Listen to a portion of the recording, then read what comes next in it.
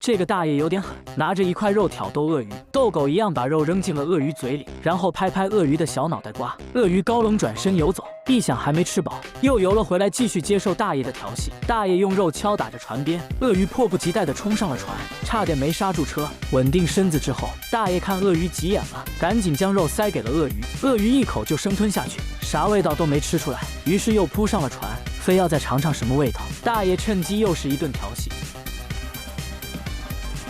鳄鱼吃到肉之后，心满意足地走了，游了一圈，感觉还是没吃饱，这点肉还不够塞牙缝，又赶紧游了回来。大爷张开五指，告诉鳄鱼手里已经没有肉了。看鳄鱼的表情有一点委屈，大爷赶紧摸头杀，安慰起了鳄鱼，拍拍鳄鱼的小脑袋瓜。没走出多远，狡猾的大爷又掏出了一块肉，在水里晃了晃，把游走的鳄鱼又叫了回来。鳄鱼再次趴到船上，大爷不愧是你大爷，把肉放到鳄鱼鼻子上，就是不给鳄鱼吃。鳄鱼气急败坏的张大嘴巴，大爷也怕鳄鱼分不清一顿饱和顿顿饱的区别，赶紧把肉扔给了鳄鱼。不过这次鳄鱼没吃到，大爷又把肉捡了起来，继续挑逗鳄鱼的小脾气。为了保证自己还有手开船，大爷把肉放在了船板上。鳄鱼卯足了劲，无奈嘴巴太长够不着，气得差点冲上了船。大爷眼看不对劲，为了船上游客的安全，赶紧把肉扔到鳄鱼嘴里。鳄鱼这次终于心满意足走了，临走时留下一句话：糟老头子坏得很。